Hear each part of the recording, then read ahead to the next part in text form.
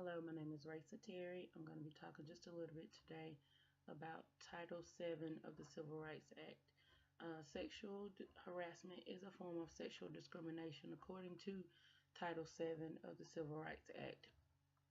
When it comes to sexual harassment, it should be taken very seriously, whether in the workplace or anywhere, but particularly the workplace.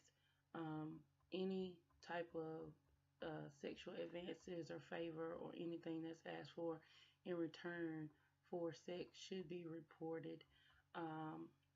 Mainly in the workplace, it is a lot of quid pro quo harassment that is being taken place, which is when an employee is asked to do sexual favors in return for career advancement or to be monetarily compensated. The victim as well as the harasser can be a woman or a man.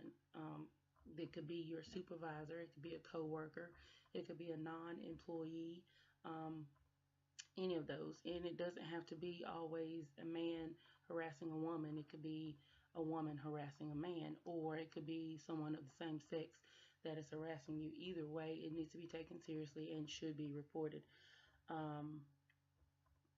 If you're being sexually harassed at work, that is something that you need to address with the harasser immediately. If you're uncomfortable with something they do, for example, they put their finger through your hair or they are hugging you inappropriately, and you need to let them know right then, okay, this is not okay. I'm not comfortable with this. It should stop. You should address your harasser and let them know to stop. If in fact it doesn't stop, it needs to be reported to your HR department, your supervisor, someone that can address the issues so that it can be handled properly. Your employer should have some type of grievance policy within that company so that you can report that type of thing. Prevention within the workplace is the best tool to eliminate sexual harassment.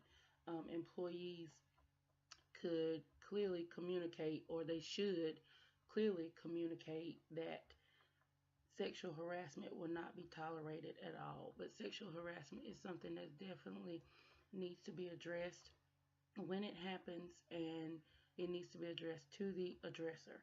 And the company is supposed to look into each matter, whether it is something that they feel is serious. If an employee is feeling like they are being harassed, it should be important enough for a company to take that seriously and to investigate. That concludes my presentation today of Title VII, Sexual Harassment in the Workplace of the Civil Rights Act. Thank you, and again, my name is Raissa.